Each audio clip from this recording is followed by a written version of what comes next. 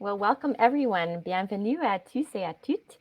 Nous sommes très heureux de partager ce moment avec vous sur le thème questions fondamentales pour une politique plus inclusive. In English, fundamental questions for inclusive science policy. And the tagline is, what is science, technology, and innovation policy, and whose expertise counts? So welcome everyone. I would first like to acknowledge that I live and work from the traditional and unceded land of the Anishinaabe Nation. And I wanted to first say that this conversation, or this panel, started as a conversation between Gwen and I. Both of us work in the realm of science policy, but we realized that even at important events devoted to the theme, like CSPC, we rarely step back and open to inquiry what we mean by science policy. So is it someone with training in the sciences who comes to be interested in science funding or in regulation? Is it someone with training in policy making? Is it someone with specific training on policymaking in and for the sciences, such as the kind of training one would get with Dr. Dave Gustin at Arizona State University, or perhaps with myself at Université d'Ottawa? And the reason we decided to organize a whole panel on this theme is because we realized that we believe that this is not just an esoteric question of academic significance only, but it actually has bearing on who gets invited into making societally important decisions on the sciences, right? Once you define what science policy is, it leads to definitions of who is considered a science policy expert. Okay, so without further ado, I'm going to pass the mic to Dr. Gwen Blue. But a few housekeeping things. First of all, we're just going to do very short bios when we introduce panelists, starting with Dr. Gwen Blue today. And we're going to put the full bios in the discussion forum. And I encourage you to use the discussion forum for sharing things, articles, or just chatter, and reserve the Q&A space, the button on the bottom, for questions that you wish to pose to the panelists. And we will have question time after each round of panelist responses. Vous pouvez poser des questions en français ou en anglais. Some of the panelists may wish to respond in French, and others will require translation, and that will be my job during the Q&A sessions. So without further ado, I'm going to pass it to Dr. Gwen Blue, who is actually posted, if you click on live poll in the bottom, everyone in attendance, I encourage you to do so. She's posted a little poll, just a demographic poll of interest potentially to the panelists as they formulate their responses to your questions. And as we structure this conversation, I encourage you to answer the questions in that poll. But Gwen is going to get us started off, introducing the panelists and also posing the first question to Dr. Dave Gustin. So without further ado, I introduce my colleague and friend, Dr. Gwen Blue, who's an associate professor in the Department of Geography at the University of Calgary. Wonderful. Thank you so much, Kelly, and welcome everyone. Bienvenue. It is my great pleasure to introduce our panelists for today. And I see that people are coming in with the chat. So I'll just give that a few minutes to get some of our responses. I would like to first acknowledge that I am speaking to you from the traditional territories of the people of the Treaty 7 region in southern Alberta, which includes the Blackfoot Confederacy, as well as the Tsuut'ina First Nation and the Stoney Nakoda. The city of Calgary is also home to Métis Nation 3. So I'd also like to acknowledge the land that we're on, and I'm wishing you all a very good morning or afternoon, depending on where you're joining us from. So it's again my great pleasure to introduce our panelists. We have, starting us off, Dr. David Gustin, who is a foundation professor and founding director of the School for the Future of Innovation in Society at Arizona State University. He is also Associate Vice Provost for Discovery, Engagement, and Outcomes within the Julie Ann Wrigley Global Futures Laboratory. And as my colleague Kelly mentioned, we'll be having the full bios of all of our presenters that will be for you. We also have with us Dr. Scott Finley, who is a professor in the Department of Biology at the University of Ottawa, Associate Director of Graduate Studies at UOttawa's Institute of Environment. He's also served as Director at the Institute of Environment and the Great Lakes Advisory Board of the International Joint Commission, along with many other accolades. He has been researcher in residence at the Office of the Chief Science Advisor Canada since July 2017. And we have Dr. Melanie Rock, who is a full professor in the Department of Community Health Sciences at the University of Calgary. And what we're very excited to have these panelists so that we can have a range of different voices about the question of what is science, technology, and innovation policy, and how does that tie to questions of expertise. So just we're going to start off with Dr. Gustin giving us an overview of the challenges of expertise in STI policy, and then we'll be turning it over to our panelist questions. We have two rounds of questions, and we will have a short moment for audience questions in between that, and then we will sum up with audience questions as well. So I'm just going to have just a quick look at our poll. I see we still have some answers coming in, but we have the majority of people actually from government, over 52% of people from government, 23 researchers, small number from industry, some NGOs and some students, and then other as well. And interesting that the question in terms of, do you consider yourself a science policy expert? We have yes at 11% and no at 89%. So it's some interesting insights into who's joining us today. So again, welcome. And Dr. Gustin, I'm going to turn it over to you for our introductory comments. Thank you so much, Gwen and Kelly, for the invitation to discuss this really interesting and in some ways, unfortunately, evergreen topic with you all. My introductory remarks are really just going to be in the form of a couple of anecdotes. Let me first say that, like you, I'm coming to the group from the ancestral lands of Native Americans, in this case, the Peepash and the Acamel O'odham. And that actually reflects on some of the comments that I'll make at the end of my introduction. I want to provide sort of two and then add this third anecdote about science policy and the expertise that we think it takes to inhabit that space. The first is historical. It comes from the United States context. The very first person in the United States to receive the title of Science Advisor to the President or Special Assistant to the President for Science and Technology was, as is usually known, James R. Killian. And he was put in that position by President Eisenhower in roughly 1957, the height of the Cold War, the challenge that the Soviets posed to the United States by Sputnik. And he sort of set the terms for what science advice in the United States would look like. James R. Killian, despite the fact that he was president of the Massachusetts Institute of Technology, had one university degree that was a Bachelor of Science in Management from the MIT Sloan School of Management. He was not credentialed in any way in science, technology, or engineering. Fast forward to the presidency of George W. Bush.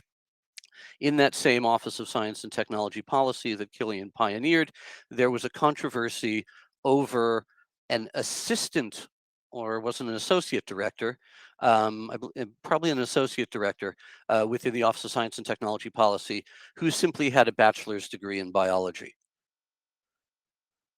So what is it that we expect from our science advisors? It's pretty clear that someone with a bachelor's degree in science, in management, would not be acceptable in our current science policy environment.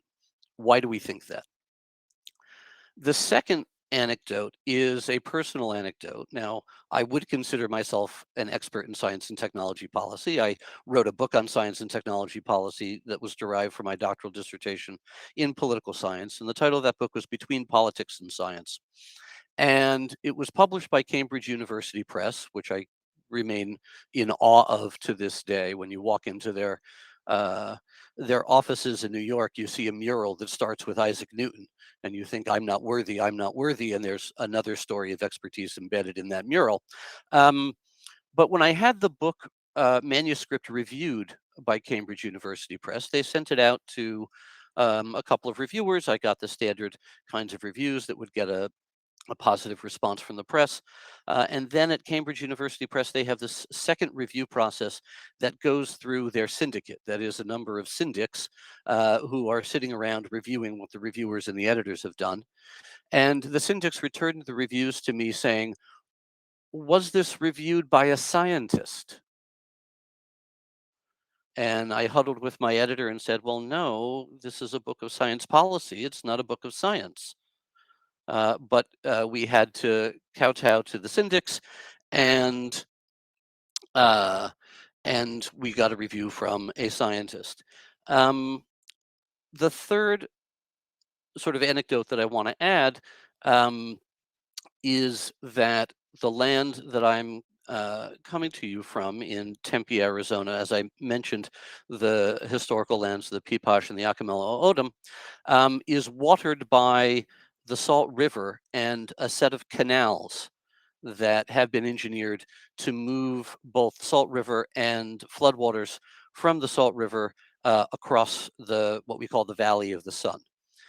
And those canals, crafted in the 20th century, were crafted on top of canals that were made by the ancestors of the contemporary native inhabitants of this region, who basically created these canals with no metal tools, no modern surveying instruments, about 1,000 years ago. So the story or the question from the first anecdote is, who gets to make science policy? Does it have to be scientists? From the second anecdote, who gets to talk about science policy?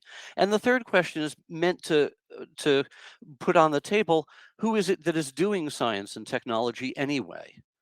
And I want to leave perhaps the group with the question: are people other than scientists capable of making, writing, and doing science and science policy? And what would it look like if we were to subject science policy to the constraints that we put on other areas of policy, or vice versa?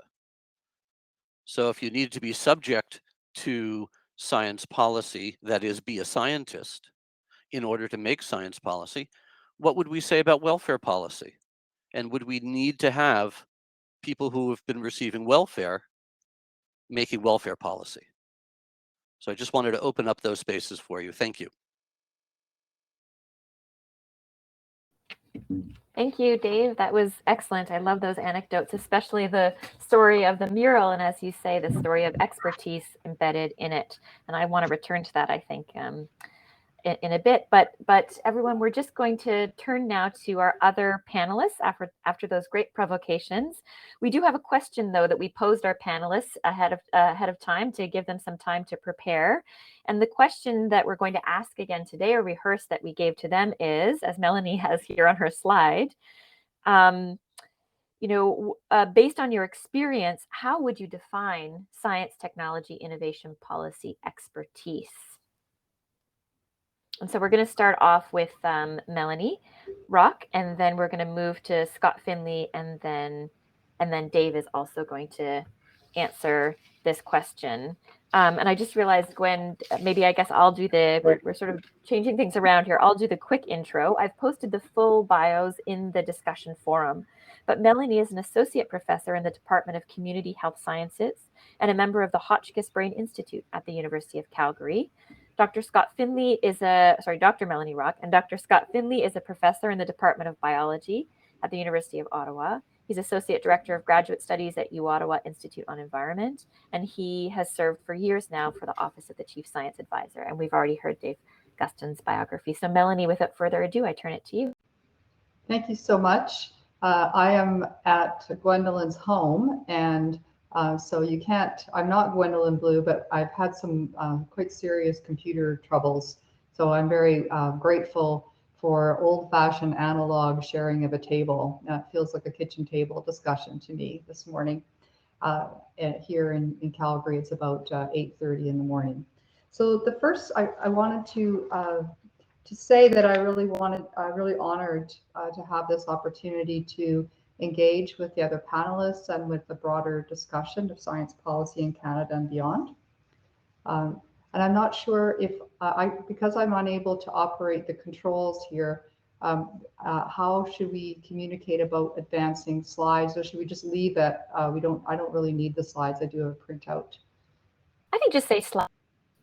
Okay, let's say slide.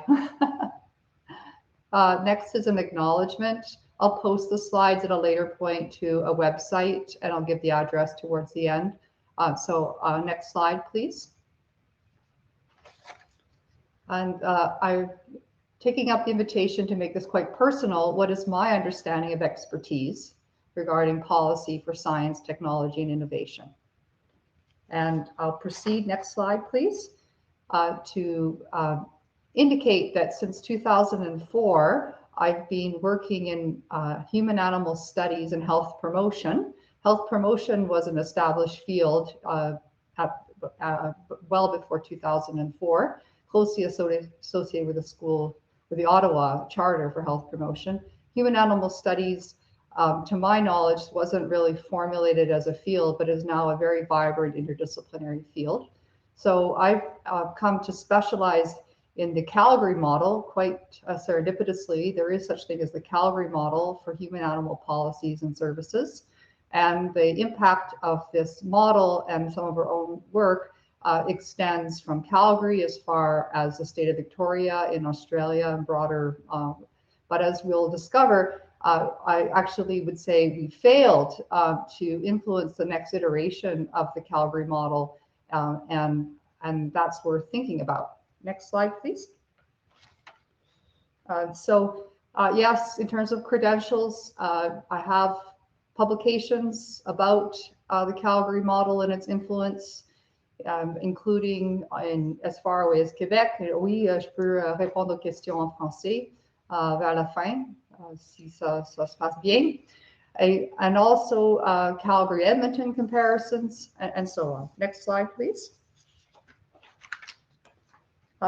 Nonetheless, despite a long-standing relationship with key decision makers as well as frontline officers and staff with the City of Calgary, the recent review of policy regarding human-animal interactions here in Calgary took place in ways that we really didn't manage to influence the discussion very much, and that was quite sad, actually.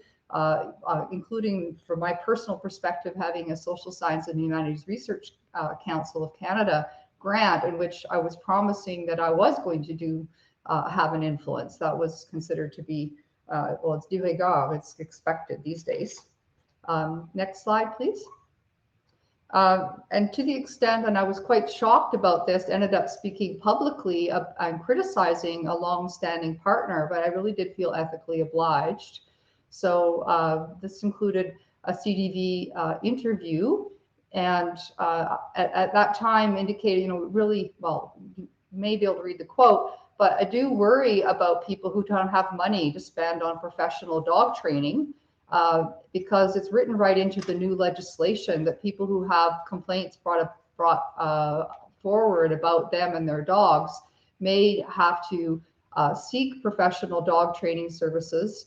The Calgary Humane Society nonprofit organization offers a six session class course for about $450, and I'm not even sure that class is running right now. So a lot of questions there, again, about science and policy and expertise, just right there. Next slide, please.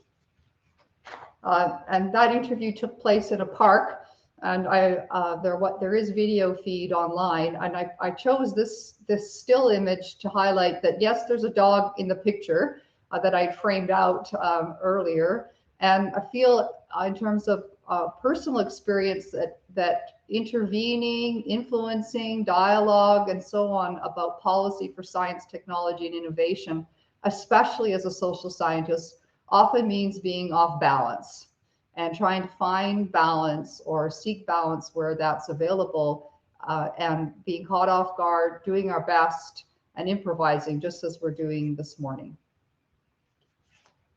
And that's my first round. So I'll end there, and thank you everyone for accommodating me and my computer troubles. Thanks.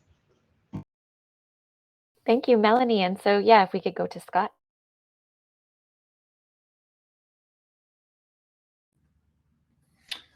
Thanks, Kelly and Gwen. So my perspective on STI policy expertise is colored, I'm possibly biased by my experience in two different domains. One is the sausage making of STI policy in the federal government context, particularly policy around scientific integrity.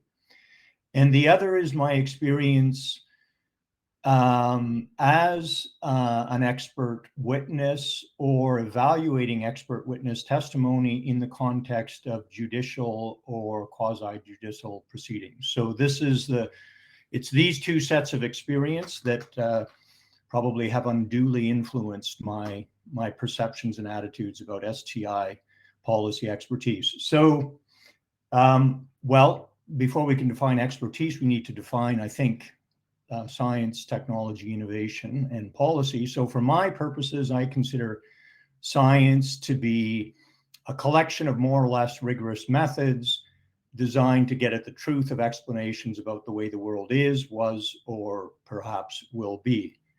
Technology is in my view, is the translation of science into goods or services that purport to enhance human or non-human welfare, or portions thereof.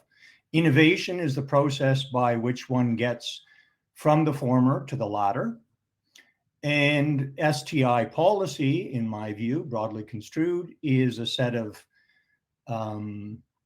guidelines or possibly even prescriptions that guide the conduct or appropriate use of science, the development and the deployment and the dissemination of technology, and the facilitation or enabling of innovation. So those are my definitions of the important elements of the question that was posed by Kelly and Gwen. Okay, expertise. What's expertise? Well, expertise is either declarative knowledge about something, or procedural knowledge about how to do something that resides with experts. And in the context of STI policy, I have 4 criteria that, in my view, are individually necessary and collectively sufficient to define an STI policy expert. The first one is that they're a person who demonstrably possesses knowledge that is demonstrably relevant to the STI policy domain under scrutiny. The second one is a person whose knowledge is validated by some external and legitimate community, broadly construed. The third one is a person who accepts the legitimacy of challenges to their expertise and the robust defense of those challenges to their expertise. And the fourth one is a person who explicitly and voluntarily discloses competing interests, real, perceived, or apparent. Those are my 4 criteria. And I'd just like to close noting a couple of things about these criteria. The first one is that the first criterion about demonstration requires that the expert demonstrate to a sufficient standard, first of all, that they have the knowledge, and secondly, that that knowledge is relevant to the STI domain of inquiry under scrutiny. And so in a legal parlance, this is called the presumption of inadmissibility. So in other words, you have to demonstrate that you are an expert and should be admissible as such, rather than the assumption, the presumption being that you are, and it's up to somebody else to demonstrate that you're not. So the presumption of inadmissibility, I think, is an important one. The second implication is that expertise is not just about what you know notionally, but the context in which that knowledge is being solicited or applied. So, for example, in one of the initiatives, policy initiatives that I was involved in, which is Canada's national quantum computing strategy, we had people involved in that process that were experts in quantum computing. They still have that expertise, but in the context of another policy initiative, namely trying to enhance the resilience of Canada's national transportation infrastructure, they would not be considered experts. And finally, in any practical context, those 4 criteria that I outlined, which in my view are individually necessary and collectively sufficient, the issue is how those are operationalized. And in my experience, I would say that the way that those are operationalized depends on the nature of the expertise, what is required to demonstrate that expertise, the nature of the external validation institution or community, who are in some sense, the arbiters of expertise, and what constitutes a legitimate challenge to expertise may vary dramatically across STI policy domains. Thanks. Scott, now to you, Dave. Thank you. So very much appreciate the previous comments, and I want to take a slightly different direction than Scott. And this is not necessarily to imply that I have great substantive disagreement with him, because I very much like those 4 criteria and the idea that the contextualization of them is crucially important. But I want to start, rather than a definition of STI, with a definition of expertise. And to me, expertise is a relational concept. That is, an expert is someone to whom I am willing to delegate some sort of authority or action on my behalf. And that definition allows for its use in all sorts of different areas and doesn't necessarily privilege one particular area that might be thought of as science, technology, and innovation expertise. So in my opening remarks, I talked about the Native Americans who were responsible for the canals that fed their landscapes with water 1,000 years ago and provided the more than basic template for the canals that were built upon them in the 20th century. I'm very happy calling them, deceased as they may be, experts in canal building, even though it's possible that they maybe achieve one of Scott's 4 criteria. But we have a case, and it would be interesting to reflect on those, not that we have to occupy our time here. So again, an expert to me is someone to whom I am willing to delegate. And so that expertise may then reside in the greengrocer at the store where I buy my vegetables, who knows what season it is for the vegetables, who knows when these vegetables came in, who knows where they were grown, who may know how they were grown, and so on. And that's a knowledge that I do not have. So the delegation to an expert is based on what I would formally call a knowledge asymmetry.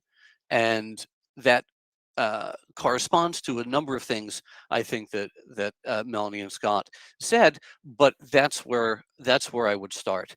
And then the question is, what is the nature of that knowledge such that it is asymmetric, and how is it that the person who is making the delegation to the presumed expert can understand that this is the right kind of expert to make that delegation to.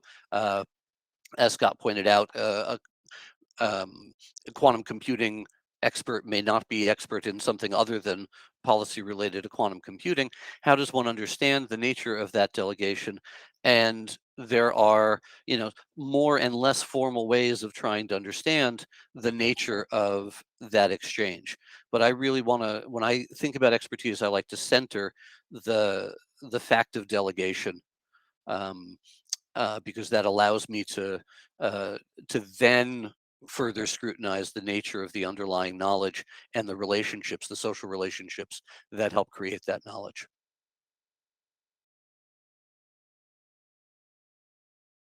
Thank you, Dave. Well, that's very interesting. And I'm coming up with questions of my own, but we've budgeted time now for a general discussion. And so I'd like to turn it over to our 105 IC audience members.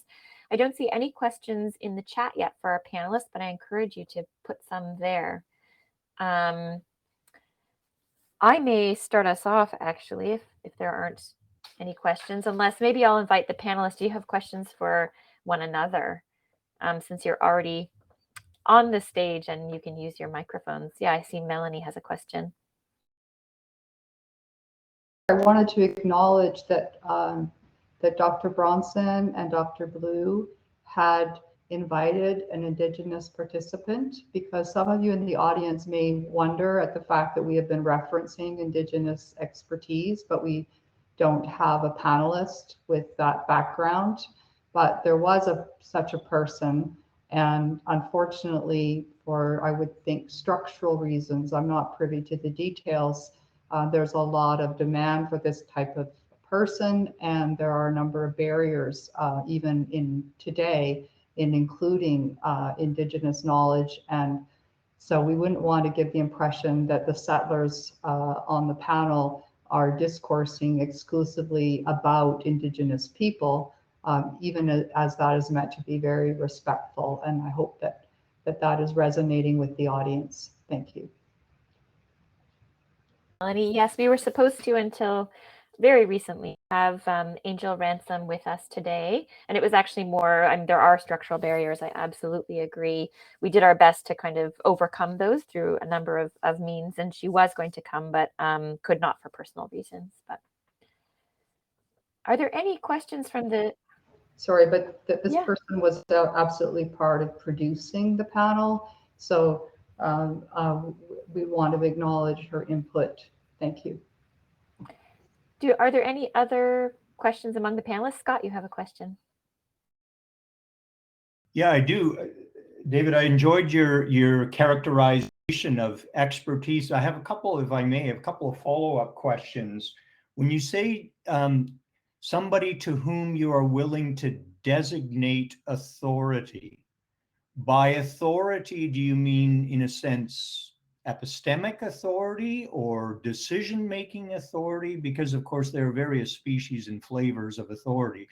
So my first question is precisely what species of flavor of authority are you referring to? And secondly, you noted that it's somebody that you would be willing to, but presumably if we had 100 people in a room, we would get 100 different views about who they would be willing to delegate some sort of authority. And certainly in an institutional context, for example, in the admissibility of evidence into the courtroom, expert witness testimony, I foresee very significant operational issues associated with that characterization of expertise. So, Scott, great pair of questions. And with respect to designating or delegating what kind of authority, I think in a way that's an open question, because it may be that I'm looking for the answer to a question that I've structured. It may be I'm looking for a structured question. It may be that I'm looking for someone to complete a task. There are all sorts of things, as I think your question did acknowledge, and it may be that the nature of the expert that we're looking at is different depending on what authorities we're looking for. There's a wonderful old article by the Israeli political scientist, the late Israeli political scientist Yaron Ezrahi, that creates a typology of technology assessments, which is basically a 2x2 matrix of different kinds of questions that people who were looking for expert answers might ask. and different styles of response to them. And that may be an interesting way to proceed in a way, particularly if you think about, again, how it is that political relationships structure how it is that we ask questions and how, in fact, we define what we're looking for. So in the contemporary, COVID environment, it's one thing to ask a question about the efficiency and efficacy of vaccines. It's another thing to ask a question about the trade-offs between different approaches to containing the virus versus approaches to maintaining economic transactions, to maintaining mental health. Interesting response, Dave. Thank you. I see that people have been posting questions actually in the discussion forum. So I missed 2 questions, one of which actually applies to all the panelists. So I'm going to pose it now. The question is this: how do you navigate jurisdictional issues with implementing science-informed policy, particularly with regards to where decision-making power lies? For context, I'm doing my PhD with Dr. Vivian Nguyen, who's at Carleton University in Ottawa, by the way, on managing mountain pine beetles across provinces and navigating the municipal versus provincial versus federal interests. So I guess this person is thinking of jurisdictional issues in the Canadian governmental context, but maybe that question I think could be answered by each of you. Shall we go in the order of presentations? Melanie, do you have a response to that first? Yes, I do, and I'll address that in the next round of presentations. But briefly stated, I feel that when you focus on municipal or local government, often that type of government, at least in public health, is less preferable than focusing on a provincial or federal level policy, even though federal and provincial policy largely structure what municipalities can and can't do, including in the Alberta context, the Municipal Government Act. And I'll leave it there. I think it's a very astute question and an important one. Thank you. Scott, do you have a response? I have a response, but I don't know whether it's a particularly informed response because I'm not sure that I understand exactly what the question is. But I guess I see the jurisdictional issue broadly construed relating to the question of who's an expert and who's not through the scale lens. So I can imagine situations in whereby STI broadly construed policy decisions at a local scale, local in time, local in space, would require different types of expertise than policy development and decision making at larger or longer scales. And in particular, I would think at a local scale, both in space and time, you require people with more intimate knowledge, more granular knowledge,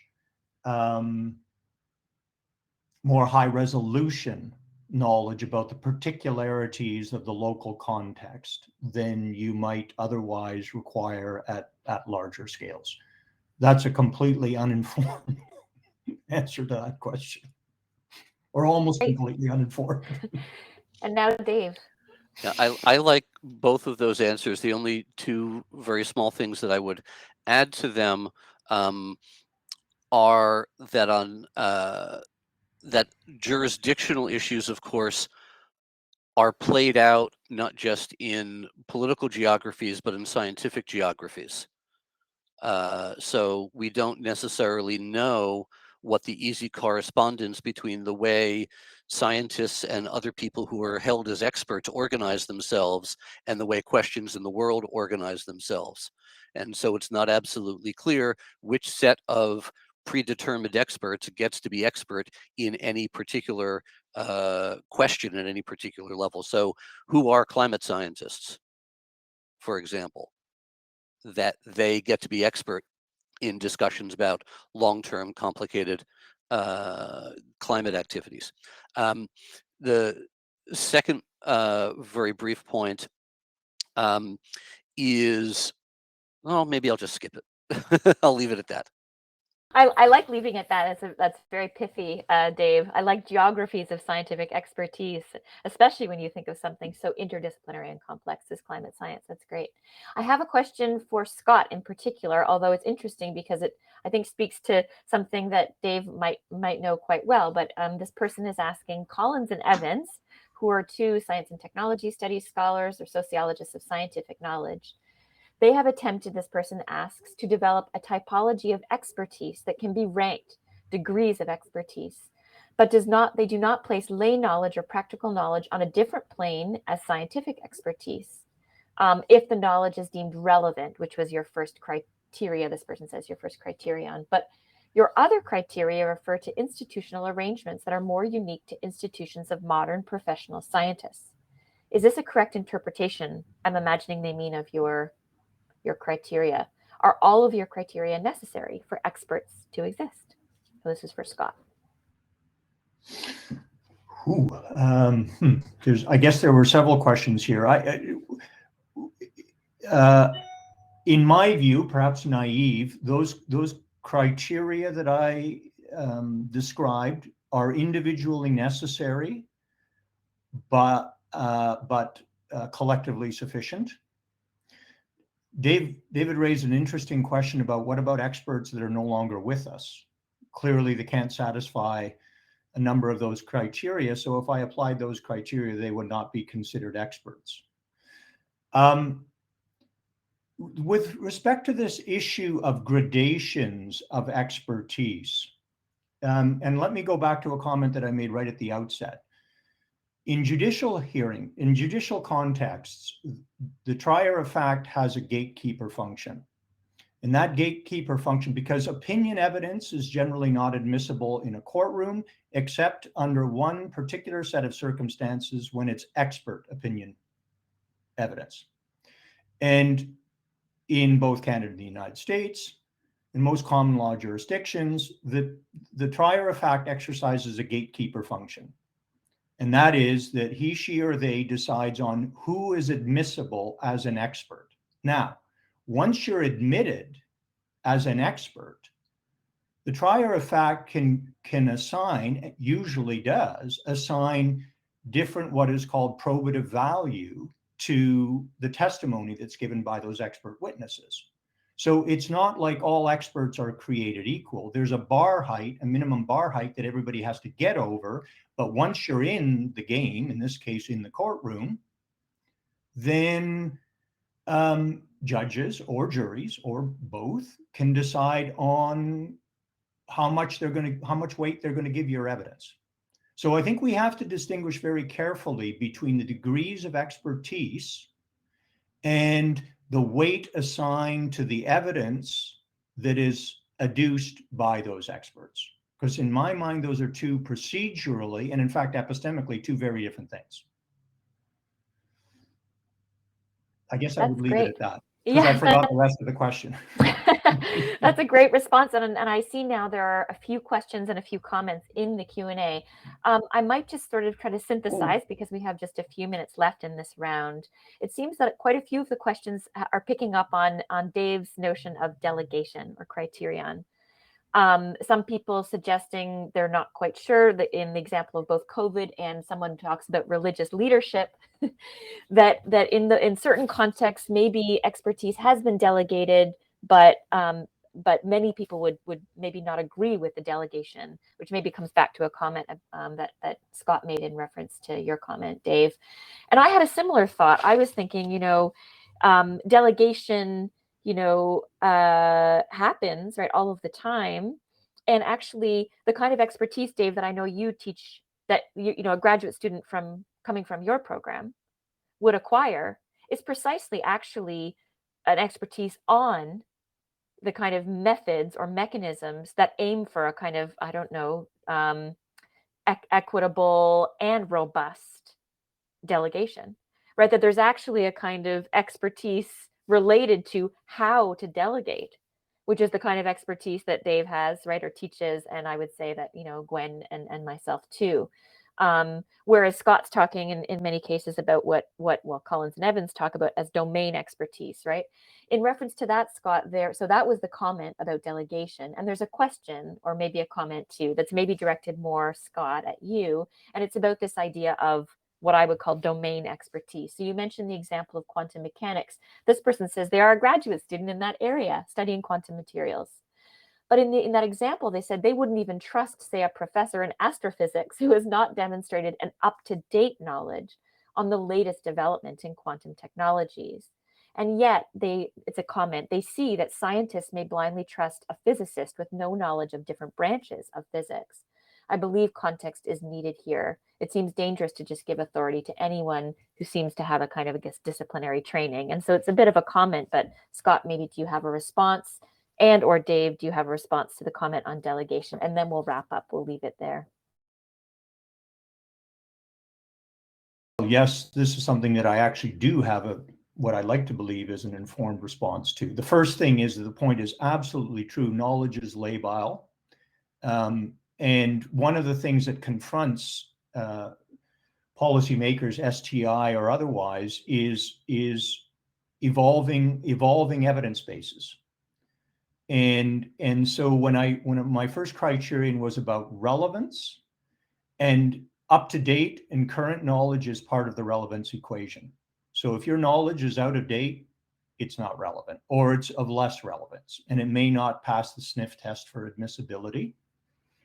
And I guess relating to disciplinary or subject matter expertise, this is actually a question that I was going to address, an issue that I was going to address in the second round of questions, because I actually have very strong feelings about this, motivated, full disclosure, by what I would consider to be personal slights. That opportunity in just a moment. Dave, do you have a response to the delegation? Perhaps a modest one that will eventually take some further unpacking. But yeah, I mean, the question of the delegation begs another question of how to make that delegation fit into one's expectations of helpful or efficient or effective action. And again, sort of the general solutions here are finding ways of creating the right incentives for the right people to participate in these things. And sometimes creating the right institutional arrangements that provide some checks on that. And so what has often been the case historically in Western countries that have relied on science and technology and delegations to scientists and technologists for important decision advice, if not actual decision making, has been to rely on processes internal to the scientist's own operation, namely peer review and the structure of disciplines and the structures of journals. All those things I think that the questioner citing Collins and Evans are pointing to that underlie some of the non-relevance criteria that Scott has introduced. So as a historical case, I think that's right. The question is, in my mind, are those underlying social relationships in fact adequate to the task? That's great. Okay, we have 2 more questions, but I think we'll move on and we'll try to get to those at the end. We've budgeted extra time, so we'll move on to our second round. Again, we're going to start with Melanie, and she has some slides organized around this, so that's going to come up here. So the second question we pose to our panelists a priori, and that they've given some thought to, that they will answer now, is what types of expertise are sometimes overlooked in STI policy, but maybe which ought to be included? So there's a normative component here. How would the addition of this expertise improve STI policy in the view of the panelists? So Melanie, you start us off. Again, a wonderful discussion, and I hope we can enrich this in the time remaining on our panel. So I feel like the best way, or hopefully the most effective way for me to answer the questions that have been posed by Doctors Bronson and Blue is to think through examples. Next slide, please. And next slide, please. So with coming back to the question of why and how our own research expertise failed to have much of an impact right here in Calgary on the Calgary model, the next iteration. I decided not to write an op-ed for the Calgary audience, such as the Calgary Herald. And part of that was because there was an election, municipal election pending in October of this year. So it really didn't feel like it was going to be very effective or helpful to lambaste the previous administration and then think that there was going to be anything positive or constructive to come forward. But also because as I reflected on my own concerns, I could appreciate that public health, capital P, capital public health, really hadn't taken much of an interest in this question at all. Apart from myself and other members of our team, there hadn't been any structured or organized response to this policy review.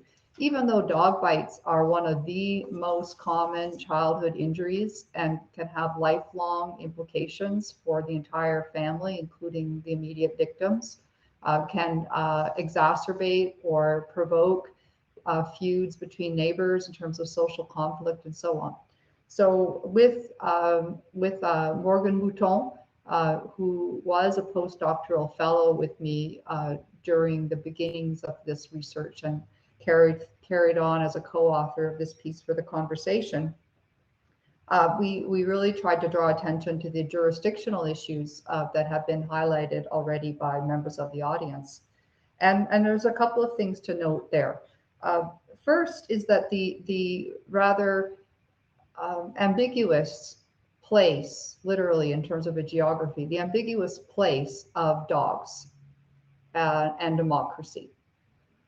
Where do they fit? Do they fit?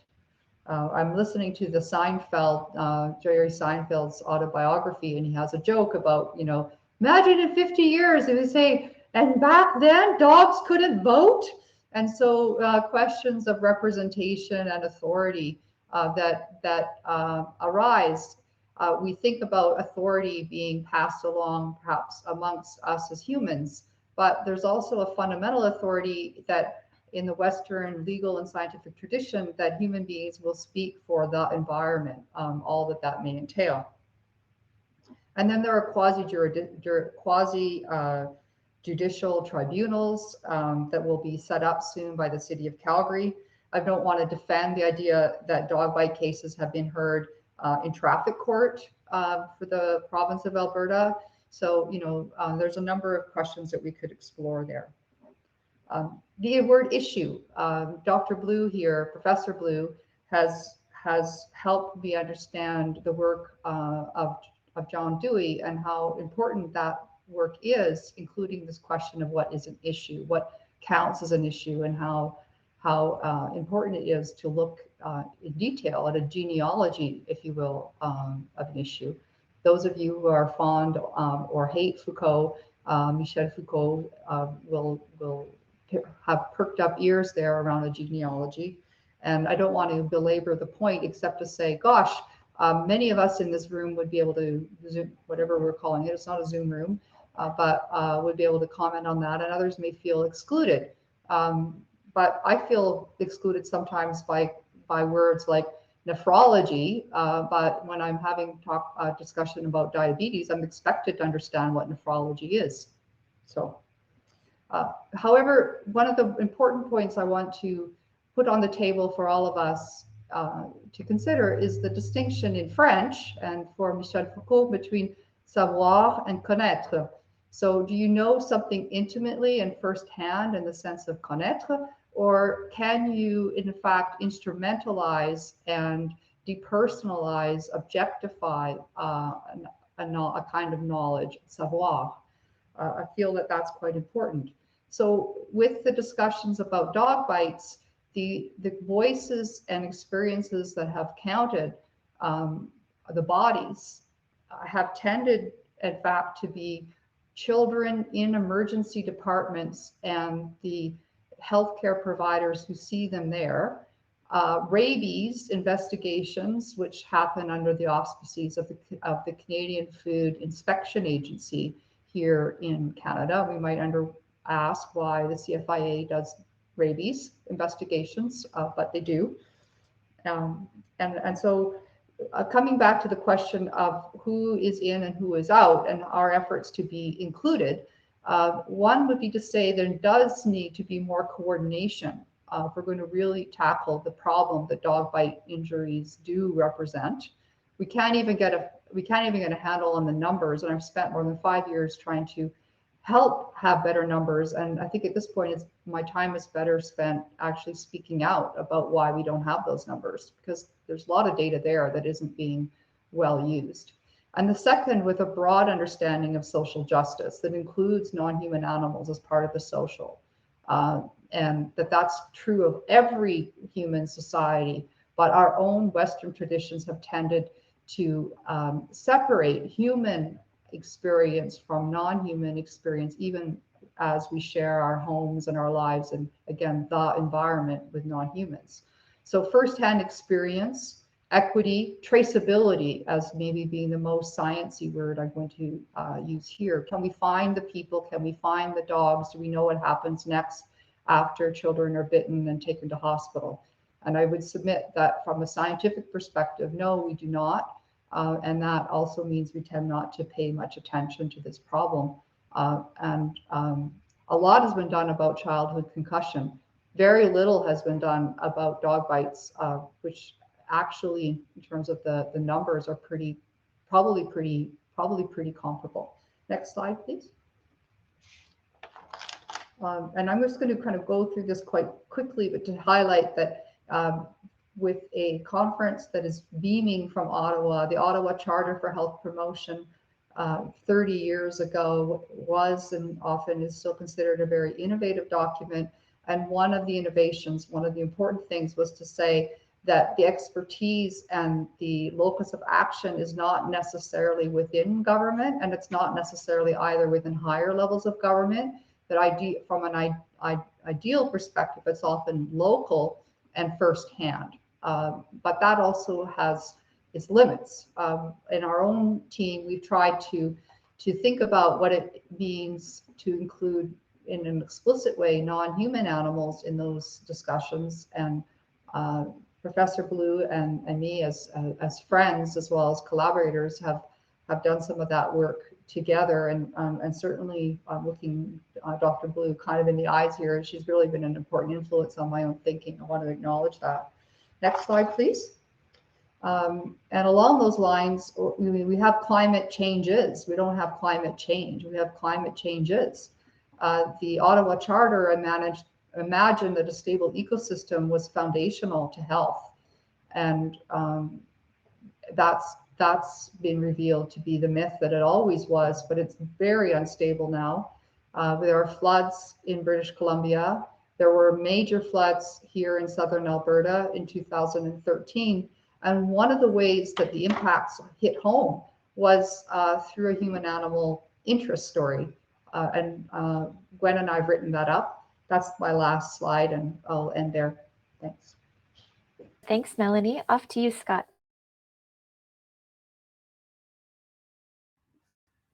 Thanks, Kelly. So I interpreted this question as actually two questions. Who often isn't in the expert universe but ought to be? And the other side of the coin, which is who is often in the expert universe but ought not to be? So with respect to the first question of who isn't there often and should be, I have four different classes of, or taxa, I'm a biologist, taxa of experts that in my personal experience have some likelihood of fulfilling those four criteria, necessary criteria that I talked about, but are often not in. The first set are those who possess deep knowledge or expertise about what I would characterize as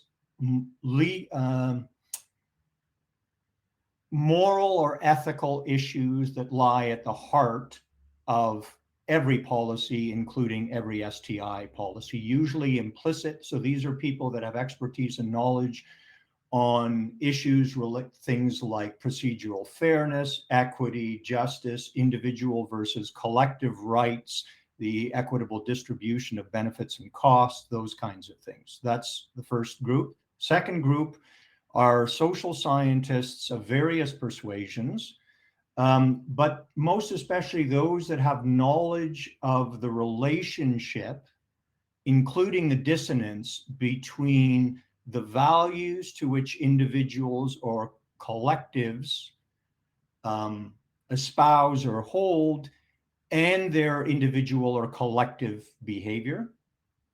The third group would be folks that I would call LEAs, lived experience experts, who often possess high resolution, fine resolution, highly particularized knowledge of local contexts, and whose, in my experience, their expertise can be enormously helpful in designing adaptive STI policies that are fit for purpose at the local level.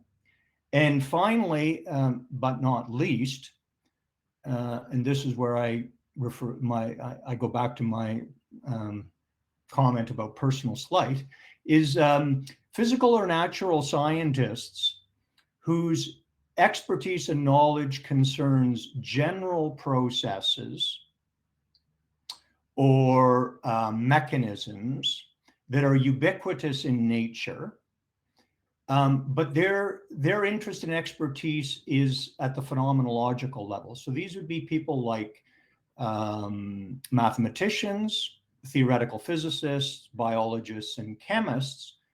And they are often excluded because the people acting as the gatekeepers don't understand that the knowledge of model systems can be hugely relevant in policy contexts. And that would be the fourth group of people that, in my view, are often excluded but should be included. Okay, what about the second group of people that are often included that ought not to be, in my view? This is perhaps a little bit more controversial.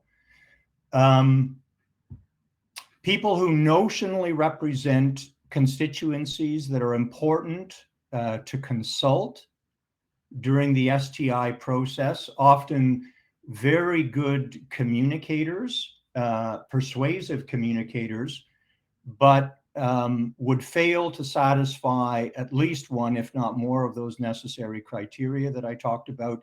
In particular, it's my experience, they would fail signally to satisfy the criterion related to the challenge function. Secondly, self-proclaimed experts who are, again, highly persuasive, excellent communicators, but the external validation criterion, which I've talked about, is conferred by a community broadly construed, which may be an institution but need not, that lacks legitimacy. Legitimacy with respect to the STI issues at hand, that i.e. that are the focus of the policy. How would inclusion of the former and exclusion of the latter help? Well, with respect to inclusion, it would increase the diversity of candidate policies that could be contemplated in the decision-making process, not even contemplated, but developed and contemplated. It would increase the likelihood that really important dimensions of STI policies are not ignored. Experts, regardless of what they're an expert in, have, of course, we're all human, our own views of the world, which is fairly narrowly circumscribed in the case of experts by our expertise. And so the problem is that an expert, almost by definition, has a very low dimensional view of what is a high dimensional object. And this is why experts often have the solution, because they've looked at the problem from a very low dimensional perspective. And anybody who's been in the business of the sausage making of STI policy knows that these are high dimensional objects, and you need a multitude of expert perspectives in order to appreciate the full dimensionality of the problem. And the third one is that inclusion of those folks would increase the number of selection criteria that can be used to determine, to ordinate candidate policy solutions on the scale from pathetically bad to marvelously good. Every STI policy initiative that I've ever been engaged in is an optimization problem. And optimization problems involve the application of often conflicting or incommensurate criteria. The more experts from more perspectives you have, the more likely it is that you will develop a full set, a better set of criteria that allows for better ordination along that continuum of not very good to not bad. With respect to the exclusion issue, it would dramatically diminish the amount of sound and fury in these discussions that signifies nothing. My personal experience is that these folks often generate a tremendous amount of heat, but not very much light. And I'm after illumination. It would provide more space for real time, for the space and time for real experts. The STI policy process, just like everything else, is a zero-sum game in time and resources. And so if you have time and resources taken up by putative experts, you have less time left over for the real experts. And finally, it would reduce the risk of the whole process is getting distracted, if not derailed, by issues that are largely irrelevant to the particular STI problem or issue at hand. My experience is that these folks often have a much broader agenda and see the particular STI process as a means to an end rather than an end to itself. And finally, if I may, I'm all for inclusivity, but I think we have to be very cautious about the over-democratization of expertise. Many people here may have seen that wonderful Pixar film, The Incredibles. And the arch villain in the film makes a comment that to the effect that when everybody is an expert, then nobody is. And there's a lesson there. Thank you, Scott. That's great. I may disagree or push back on your characterization of sort of the more cooks in the kitchen, the greater clarity. There's this great article written by a close colleague of Dave's at Arizona State University, Dan Sarowitz, called How Science Makes Environmental Controversies Worse. Isn't that a great provocative title? Anyway, for further discussion between you and I, we're off to Dave now to finish us off for this round, and then hopefully a lively audience-led discussion. Leave it to my colleague Dan to be provocative. As a normatively oriented social scientist, I'm not going to take a lot of issue with the groups that Scott felt that have been inappropriately excluded from a lot of this decision making. And I want to go to a common thread that I saw between Melanie's and Scott's discussion about firsthand expertise or lived experience experts. And as much as I'm very supportive of including that type of expertise, we run into a challenge with that category as well as with, I think, some of Scott's criteria when we enter a domain of thinking about what are generally known as emerging technologies. That is technologies like nanotechnology, synthetic biology, geoengineering, AI, robotics, and so on, where we don't have a host of empirical experience. We actually don't know, and in some senses need to rely on different things that are not as validated as I take the emphasis on validation that occurs in Scott's criteria and the courtroom and so on for granted, and yet policymaking very much must still be done. And so I think that that sort of necessity of thinking about making policy around emerging technologies causes us to perhaps open up things a little bit more broadly than the villain in The Incredibles might be comfortable with, because a lot of the decisions are deeply implicated in values and expectations, those things in which the level of education are, whether we published in peer-reviewed journals, whether, those things are not necessarily as as strong differentiators among people as otherwise might be going on. And so, and then I would take a step from there to say that even if you understand the necessity for a plurality of expertises in the room, because problems are complex, the real world is, messy systems that intersect in ways that we don't fully understand, even if we do have a lot of, deep comprehension in certain domains, and some of those domains might be overlapping and so on, that we still need rules to put together that plurality of expertise. And it's not clear what those rules ought to be. And so unless you've got a unitary expert, you need decision rules. One of the cases that I've studied very deeply in the United States is something called the National Toxicology Program, which has a set of 3 advisory committees, 2, one external and 2 internal, and you can, get data about their votes on particular candidate substances or exposure circumstances, and whether they think they're a known carcinogen, reasonably anticipated to be a carcinogen, or not reasonably anticipated to be a carcinogen. But my interest in this was attracted by a New York Times headline that says panel votes 7-2 to keep saccharin a carcinogen. Now, whatever saccharin is or is not, it's not 7/9 a carcinogen. So how is it that we meld our expectations about who becomes an expert, particularly about things for which we don't have a lot of empirical knowledge, and the decision rules in which we bring them into the conversation?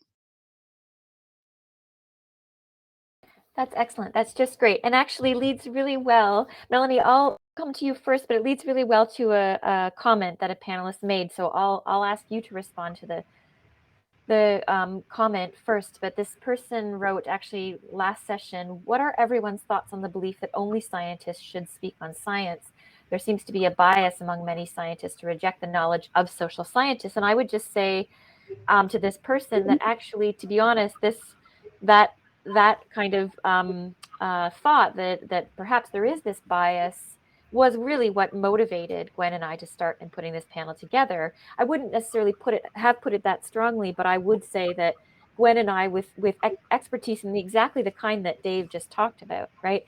People who, for several upper degrees, study the ways that these different kinds of expertise can or ought to be put together to achieve a robust decision, right? But also one that's maybe just, equitable, etc. That kind of expertise doesn't always get recognized as a form of expertise per se, in and of itself, right? And so I think it follows from Dave's point, this comment or provocation, and I might just ask, Melanie, why don't I ask you for your response to that? And actually then I have specific audience questions for Dave and Scott. So Melanie, do you have thoughts on that comment from an audience member? Yes, I hope to be succinct. So if I were to follow up on that question, and also the provocation about what about novel technologies, I feel that often what will happen is the novel technologies actually become a way to say this is extremely special, and we don't need any sort of regular standardized ways of involving more participation and agenda setting from the very people who are the intended users. So that there's not actually a lot that's being designed for people in a very charity type of model. These people must need this, therefore we will produce this, or at least we will say that we are here to help those people, but we don't actually know who those people are or even what they're doing now. So I think that's a broader question. And then the rejoinder often from the social scientists and often where we become shoehorned into the discussion is that we will become the people who somehow are going to talk to those people and translate that information, that experience, into a textual and interchangeable fashion. And this happens in a number of ways. Again, just one example, upon arriving in Calgary and having done my PhD work around diabetes policy and intermediaries in that, including scientists, then it was assumed often that, in fact, I was going to run to Northeast Calgary and start working on, maybe with South Asian communities, because that must be my expertise as a person with a PhD in anthropology. And what I was contributing as a social worker was left very opaque. Enough said. Thank you. Okay, so the first question is this, and I think it's directed maybe at all of you, but we'll begin with Scott and Dave, who both talked about inclusion and the importance of maybe broadening or diversifying experts in STI policymaking. This person says, what about barriers to inclusion? Okay, so if we all decide or have decided it's important to expand, right, who historically or dominantly gets counted as expert in these spaces, what this person's asking, I think, about practicality, how to include best practices. If I understand inclusion in terms of equity, diversity, women, underrepresented groups, how do the panelists think inclusive science, how do you achieve inclusive science policy? I think it's a procedural question. It's a good one. So maybe we'll start with Dave and then Scott. Sure, thank you. So in thinking about precisely this, but in the mode of addressing emerging technologies, in particular nanotechnology, a large research center that I ran a number of years ago, the Center for Nanotechnology and Society at Arizona State University, funded by, I'm trying to get my disclosures in, Scott, funded by the National Science Foundation, organized what it called a National Citizens Technology Forum on the future of nanotechnology and human enhancement. And it borrowed the Danish consensus conference model, which is a model whereby a dozen or a dozen and a half lay citizens come together and are informed or briefed in ways that take into account expert advice in a normal register. That is, there's a technical advisory committee that looks at the published literature and so on, filters that in particular ways for lay experts, and then asks them to synthesize a set of policy recommendations for experts, for policymakers to use. So it's a way of filtering, reconstructing, and synthesizing things that might be coming out of the expert community. In other words, a kind of technology assessment, particularly a participatory technology assessment. And in the center that I ran, we conducted this at a national scale in 2008. We put together 6 local consensus conferences. Back in 2008, we used both asynchronous and synchronous text-based connections rather than this fabulous video stuff we have today. Now a lot of it is done by video, but the point being that there are structured conversations that can happen among samples of lay citizens to elicit a lot of the same kinds of things that expert advisory committees might be called on to pronounce. So another way of saying that is that if, I forget where the comment came previously, but if science advisors stayed to the science, I might be happy to let them uniquely pronounce on the science. But it's incredibly difficult, if not impossible, to provide science advice without a values context, without that particular kind of intrusion. And so therefore, I'm more than comfortable to have a host of folks talking about the values that are implicit and need to be explicit in science policymaking. And there are these structured ways of incorporating the perspectives of large numbers of people, even in an anticipatory fashion. Science policy expertise in and of itself. I keep saying not to be a one-trick pony, but Scott, over to you. Again, I'm I'm not sure I'm sufficiently well informed to render an informed opinion about this, but again, in my limited experience in the sausage making business, the barriers that have been that some folks would say exist and need to be overcome, and I'm not passing judgment about whether they do or do not exist, are one, a failure to solicit expertise and expert advice from people that would satisfy my 4 criteria, and that certainly happens, and I think everybody is familiar with that. So it's a failure to identify the relevant, broadly construed expertise that needs to be, what's the phrase, part of the conversation. So that's one barrier. The second one, though, that I've experienced or am familiar with in other contexts is simply a resource barrier, that there are inadequate resources provided for folks that you would really like, that fulfill my 4 criteria about expertise, and you would like to have their voice in the room. But for various and sundry, mainly resource-related constraints, they're simply not able to participate in a meaningful fashion. So I think overcoming that resource barrier, I mean, the solution is to provide more resources in some way, shape, or form. That's even to myself, that's an unsatisfying answer, but it's the best I can do. Great, and I might invite Melanie to say, if you have anything to say in response to that. I think we have time, and we have one last question after your response. I feel at this moment I'd prefer to hear more from audience members. Thank you.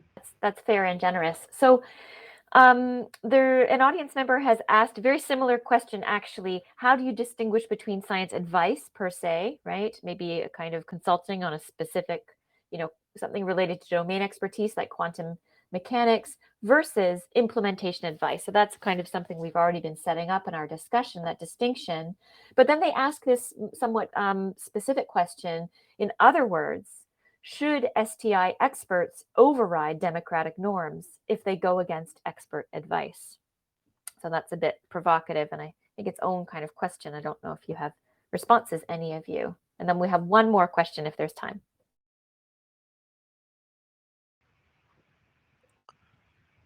Melanie? Yes, so here again, I want to defer to what I've learned from Professor Blue about Dewey, and also some of the questions of discussions that we should have about the limits that on democratization. Is there not something specific about complex problems, and people spend a lot of time studying these types of problems, that we should at a minimum include that type of information and knowledge in the discussion? So again, to Scott's point, how do we help ensure that there's an invitation for people to have meaningful discussion and dialogue? That's one piece. And then the second, how effective are these types of dialogues when they're in public as compared with behind closed doors, or these days on a video channel and so on? And I'm not sure. In my own experience, just the one example I've given today, then in the end, I feel like I had to become very public in a criticism, and that was actually quite uncomfortable. I hope it will be effective and that the trade-off is worth it.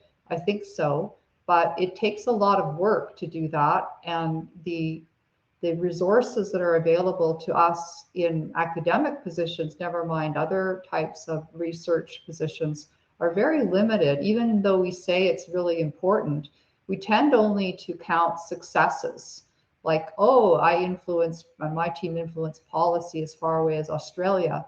It's harder to talk about the slog that goes into discussions that don't seem to go anywhere. But really, that's very important too. And I'll stop there. much. Or I always say, you know, half of what I try to do in science policy is prevent bad things from happening. You can't really trace that. Bad as an unjust, I guess, is my focus as a social scientist. Dave or Scott, any responses to that question about democratic norms? So Melanie touched on transparency, for example, if they go against or rub against expert advice. So I tend to put the democratic norms in front of the alleged scientific expertise, and I think a lot of the comments that I make have suggested why, because I think that as robust as a number of processes that we've developed historically for teasing out values-based decision making and empirical decision making, that when it comes to reinserting that teased out knowledge back into policy and decision making, a whole lot of reintegration of knowledge and values happens. And the core of democratic values for me is actually about a reciprocation of knowledge and values. And there are a variety of routes of getting from one place to another in putting that knowledge and those values together. And it may be that the claim for, you know, sort of more science as opposed to more democracy is ultimately a question or a claim about the efficiency of getting to that point of synthesis. But that in itself is a values-based claim. And so I'm much more deeply concerned about how it is that the democratic norms and values condition the way that the science that goes into that decision making happens. Got a quick comment from you, and then I think we may need to wrap up with final remarks from Glenn. I actually don't think I have much to contribute to this question because I frankly don't understand it. Okay. So maybe we have 1 minute for one final question.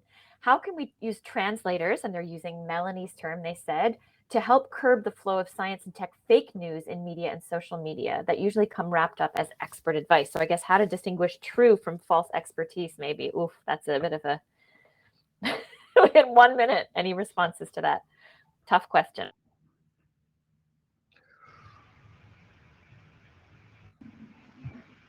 Well, I guess, you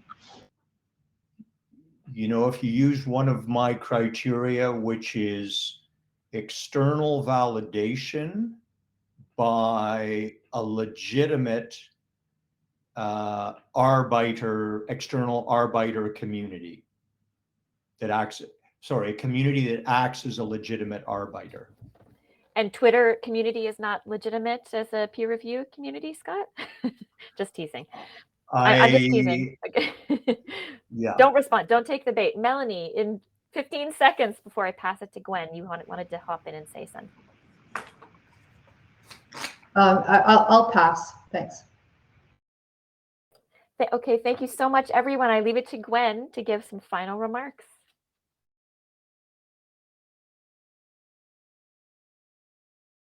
Thank you so much. And to our panelists and Kelly for moderating the questions, and to our wonderful audience who's just brought some great questions to the fore. I have the unenviable task of summarizing what was a very, very rich conversation. So I'm just going to leave us with a couple comments. Our aim today was to complicate interrelated questions about what is STI, science, technology, and innovation policy, and also what is expertise in relation to that policy. And I think just in summary, we've looked at some of the key tensions around this in terms of expertise and knowledge and democratic norms, and how we reach those pathways in terms of how we integrate our knowledge and our values comes up with many different types of experimentation, but also different responses based on the areas that we have. So whether we're talking about realms of public health, whether we're talking about policy expertise, whether we're talking about scientific expertise, we do come up with a range of different pathways, I think, and some viable solutions, but also opening a bunch of questions that I think it's important to have that time to be able to discuss. So we will leave you with hopefully a lot of ideas to consider. We're very excited for the questions that came up, and also a lot to think about as we move forward in this very challenging realm of science, technology, and innovation. I want to just give a big thank you to our panelists again, and this has been such a rich conversation, and to our audience, thank you so much for your participation, and we look forward to continuing these conversations in various forums. So I'll conclude there, and just right on time. So thank you, and Kelly, I don't know if you have any final comments or that you'd like to make.